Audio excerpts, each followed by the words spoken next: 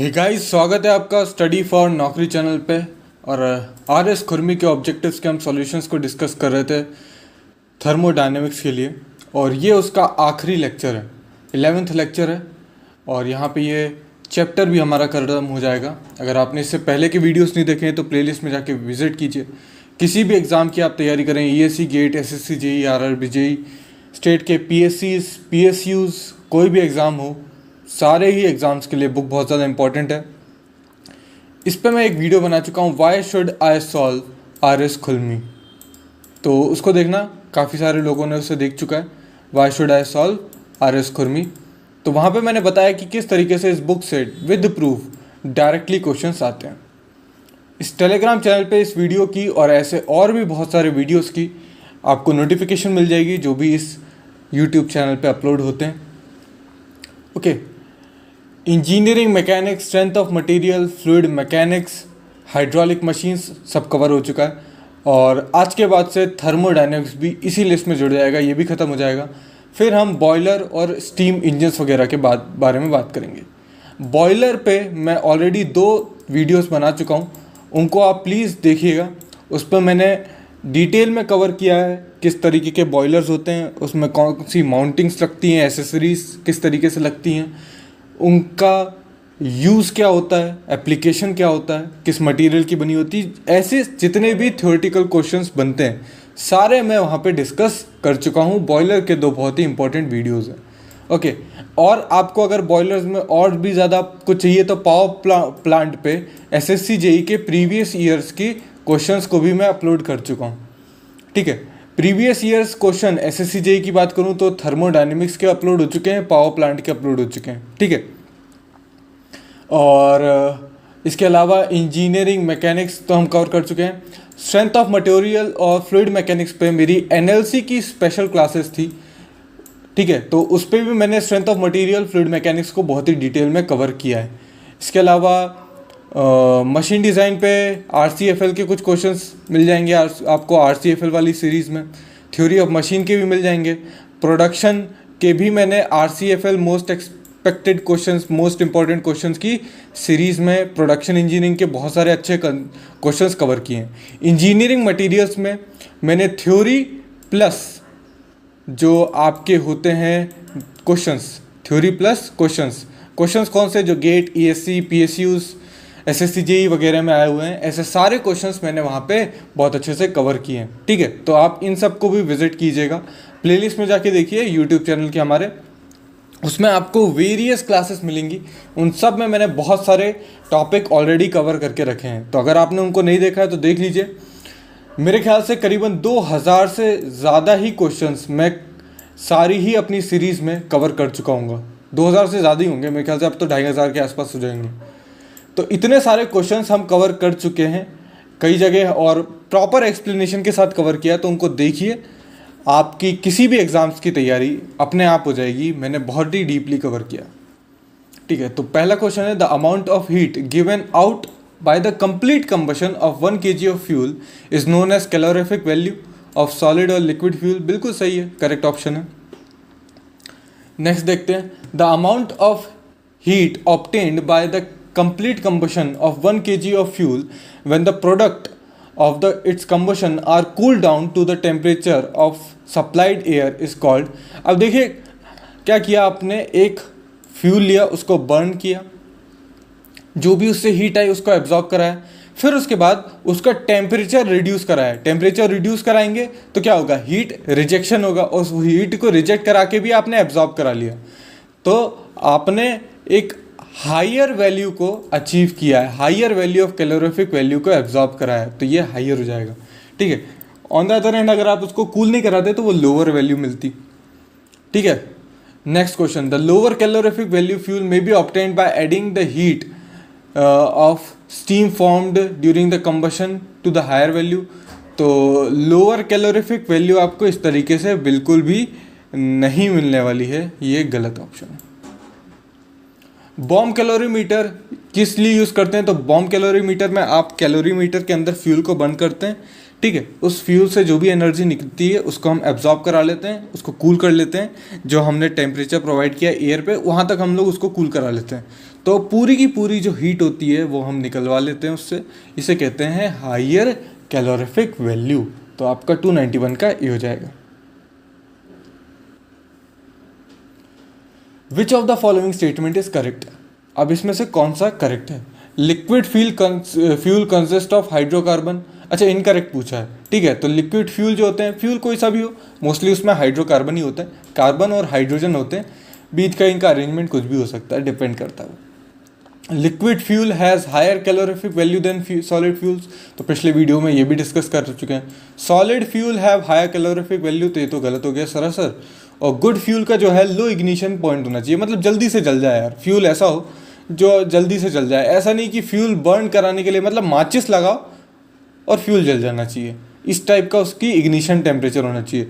ऐसा नहीं होना चाहिए कि फ्यूल जलाने के लिए आपको अलग से आग जलानी पड़ रही है ऐसा नहीं होना चाहिए।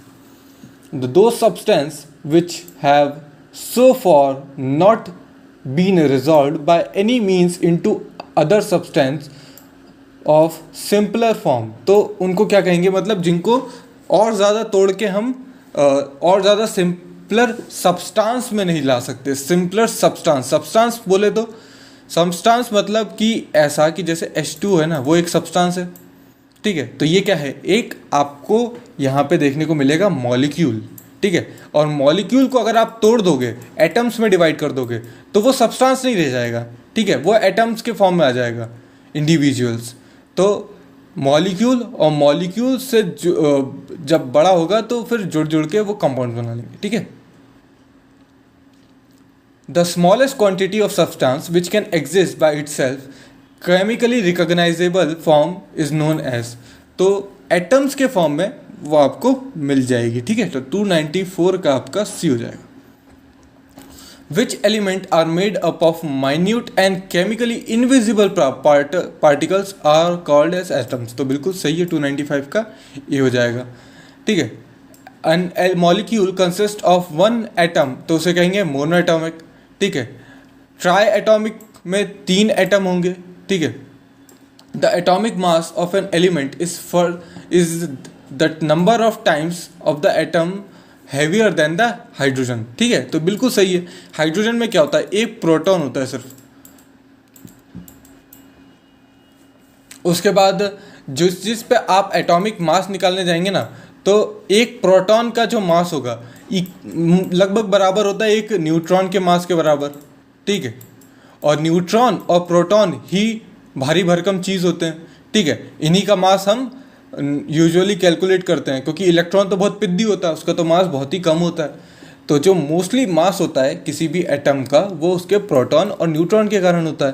प्रोटॉन और न्यूट्रॉन का मास लगभग बराबर है, ठीक है। और हाइड्रोजन में एक प्रोटॉन ही होता है।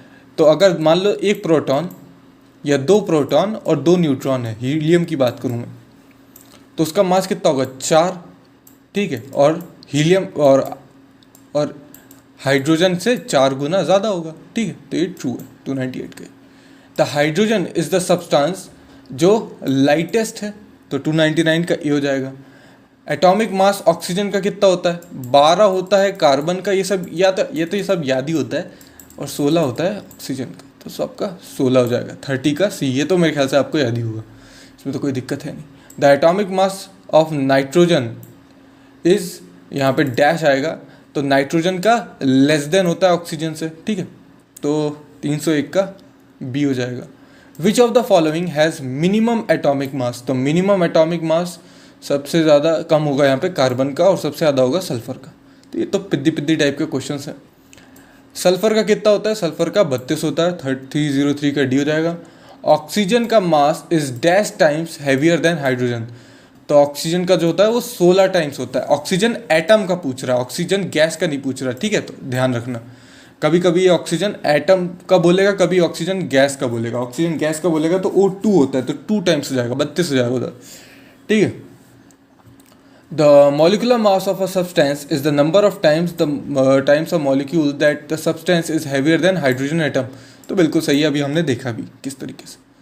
1 molecule of oxygen consist of, तो O2 होता है, तो 2 एटम ऑफ ऑक्सीजन, तो यहाँ पे ये ऑप्शन हो जाएगा, ठीक है। इस टाइप के पिद्दी क्वेश्चंस थे यार, ये आखिरी में इसी टाइप के बचते हैं ना, ये क्वेश्चंस बहुत ही कम है कि आपसे यार ये कौन सा एग्जाम में पूछेगा कि ऑक्सीजन के अंदर कितने मॉलिक्यूल होते हैं। ये तो इस वीडियो को अपन ऐसे ही जल्दी से फटाक से क्वेश्चंस को निपटा लेंगे, फिर अगले वीडियो में अपन पावर प्लांट और बॉयलर वगैरह की बात करेंगे अच्छे से, है ना। The number of molecule of oxygen is dash times heavier than the, तो वो 16 टाइम्स हो जाएंगे।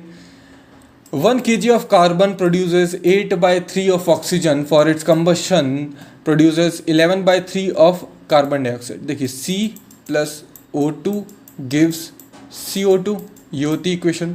कार्बन होता है हमारा 12, ऑक्सीजन 2 है तो 32, और ये यहाँ पे मिलेगा 44। ठीक है, तो अगर ये 1 होगा, जब 12 था तो 32 था, 1 होगा तो कितना हो जाएगा 32/12, तो आप लोग को कितने को देखने को मिलेगा, ये हो जाएगा 8/3 के बराबर ना।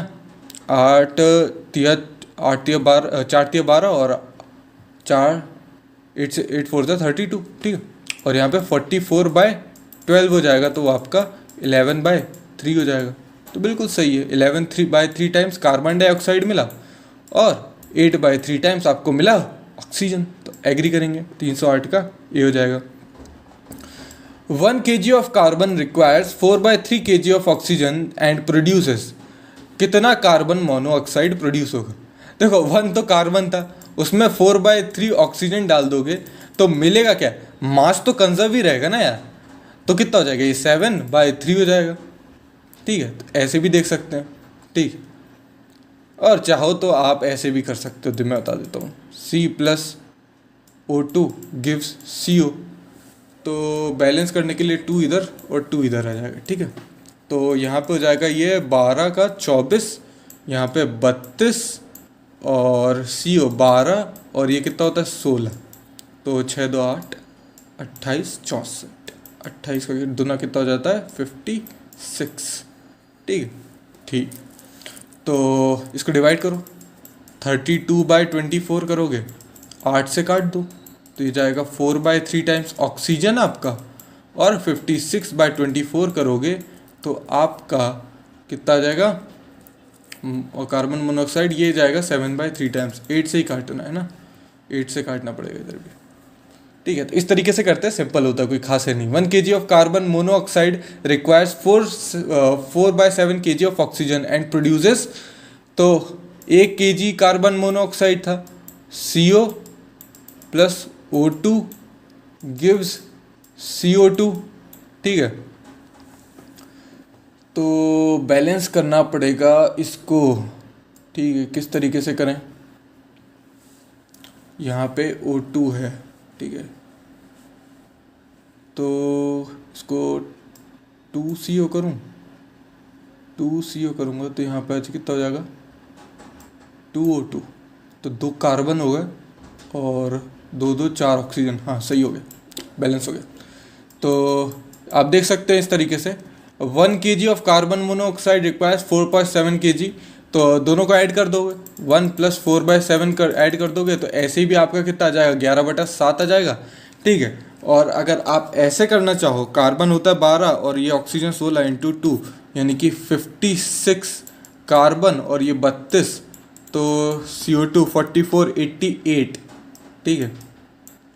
तो कितना प्रोड्यूस होगा आपका कार्बन डाइऑक्साइड, तो ये कार्बन डाइऑक्साइड ही लगाया मैंने, हाँ ठीक है, कार्बन डाइऑक्साइड ही लगाया, 310 का C, हाँ। और कितना हो जाएगा 88 / 56, तो ये 8 11 और ये 7, ठीक है। तो इस तरीके से भी कर सकते हो, सॉल्व करना बता दिया आपको। वैसे ये बहुत ही रद्दी क्वेश्चंस है। 1 kg of sulphur requires 1 kg of oxygen for its complete combustion, क्यों, S + O2 गिव्स SO2, इसका मास 32 होता है, ऑक्सीजन का भी 32 होता है, तो एक एक रिक्वायर होता है, 2 kg सल्फर बनेगा। भाई 1 kg ऑक्सीजन लोगे, 1 kg सल्फर लोगे तो 2 kg मिलेगा ना टोटल, मास थोड़ी ना चेंज हो जाएगा। बहुत ही रद्दी क्वेश्चन है। 1 kg of carbon monoxide requires, तो 1 kg of carbon monoxide requires dash kg of oxygen to produces 11/7 kg of carbon dioxide, मतलब carbon monoxide plus oxygen gives carbon monoxide, ठीक है। तो ये इक्वेशन होती है, बैलेंस मैंने नहीं की, बस मैं कंसेप्ट बता रहा हूँ आपको। वैसे 2 मल्टीप्लाई करना होगा और कुछ नहीं होगा। तो कार्बन डाइऑक्साइड अगर 11/7 मिल रहा है अपने को, ठीक है। ऑक्सीजन पता करना है, 1 kg ऑफ ऑक्सीजन है, carbon 1 kg of carbon monoxide है, ऑक्सीजन को x मान लो तो 1 + x = 11/7 हो जाएगा, x की वैल्यू 4/7 आ जाएगी, तो आपका 312 का ये हो जाएगा। 1 kg of hydrogen requires 8 kg of oxygen, तो 1 हाइड्रोजन 8 ऑक्सीजन तो 9 kg वाटर मिल जाएगा। 1 मीटर क्यूब ऑफ मीथेन, ये थोड़ा अच्छा है, 1 metre cube of methane CH4 requires 2 metre cube of oxygen and produces 1 metre cube of carbon dioxide and 2 metre cube of water. अब देखो क्या जो मास होता है ना तो मास लेते हैं, जब मीटर क्यूब की बात कर रहा है, लीटर की बात कर रहा है, तो एवोगाड्रो लॉ के हिसाब से 1 मोल की जो आपका जो 1 मोल जो भी मटेरियल होगा, सब्सटेंस होगा, वो एक पर्टिकुलर वॉल्यूम ही ऑक्यूपाई करता है 22.4 लीटर के बराबर। तो यहाँ पे मोल की बात होगी, तो किस तरीके से देखो, CH4 + O2 gives CO2 + H2O बनेगा, ये तो हमें पता है। यहाँ पे 1 कार्बन था, यहाँ पे 1 कार्बन है, ओके, यहाँ पे 2 ऑक्सीजन है और यहाँ पे हाइड्रोजन कितने हो गए, अब यहाँ पे 2 मल्टीप्लाई करना पड़ेगा, यहाँ पे कितना हो जाएगा, ये 2 ना, 4, ठीक है।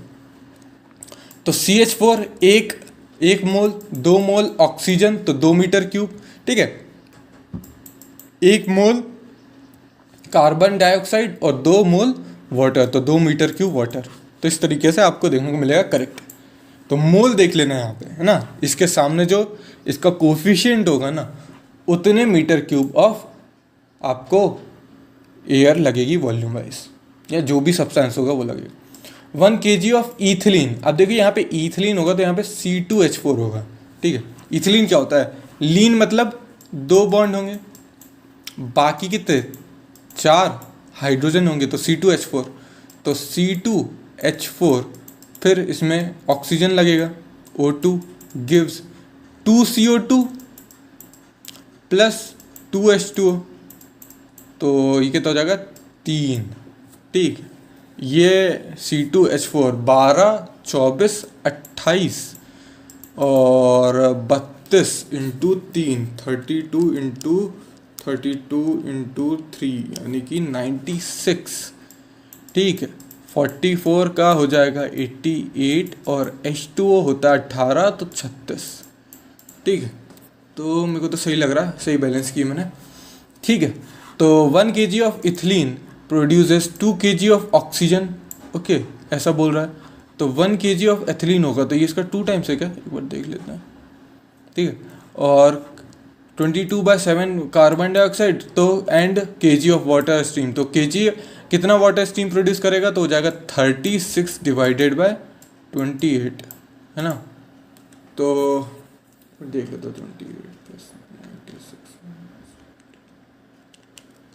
ठीक है, तो सही है।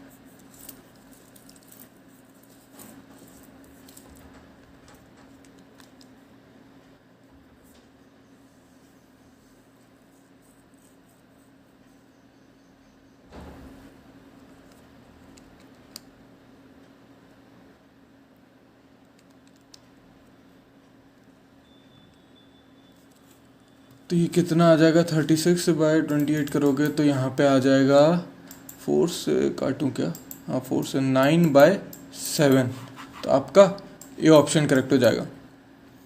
1 kg of carbon produces dash kg of carbon dioxide, तो C + O2 गिव्स CO2, ये 12, ये 32, ये 44 को 12 से डिवाइड कर दो तो कितना आ जाएगा आपके पास, 11/3 मेरे ख्याल से आएगा, 16 का 80 हो जाएगा। The mass of flue gas पर kg of fuel is the ratio of, तो ये आपको याद रखना है, ये जो होता है ये आपको देखने को मिलेगा, mass of 1 kg of flue gases to the mass of 1 kg of fuel, तो ये आपका करेक्ट ऑप्शन होगा। फ्लू गैसेस टू फ्यूल पूछा था, तो mass of 1 kg in flue gases to mass of carbon in 1 kg fuel, ये आपको देखना मिलेगा। The mass of carbon dioxide of the flue is given by, तो देखो C + O2 गिव्स CO2 होता है, ये 44 होता है और ये कितना होता है 12, इसको कितना निकालता है 11/3 3 निकालते हैं, 11/3। तो अब यहाँ पे क्या होगा, इस वजह से यहाँ पे जब कार्बन का पूछेंगे, मास कार्बन का पूछेंगे, ये किसका मास निकला, CO2 का निकला, तो कार्बन का पूछेंगे तो क्या रेसिप्रोकेट कर दोगे तो हो जाएगा 3/11।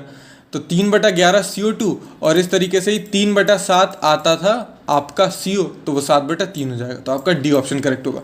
ठीक है। To ensure complete combustion and rapid combustion of a fuel, अगर कंप्लीट कंबशन और रैपिड कंबशन कराना है तो हम ज़्यादा एयर देते हैं, ज़्यादा एयर होगी तो एयर की अवेलेबिलिटी ज़्यादा होगी, तो अच्छे से फ्यूल बर्न होगा, है ना। तो ये बिल्कुल बात सही है, तो ये ऑप्शन करेक्ट हो जाएगा। और कितना ज़्यादा देते हैं तो आप इसको याद रखें, 10/23 टाइम्स देते हैं। ठीक है, तो ये वीडियो का एंड है। आशा करता हूँ वीडियो आपको पसंद आएगा। वीडियो पसंद आए तो लाइक कीजिए, चैनल को सब्सक्राइब कर लीजिए, बेल आइकन को प्रेस कर लीजिए, वीडियो को शेयर कर दीजिए जो भी सिमिलर एग्जाम्स की तैयारी कर रहे हैं। Thanks for watching and as always have a nice day.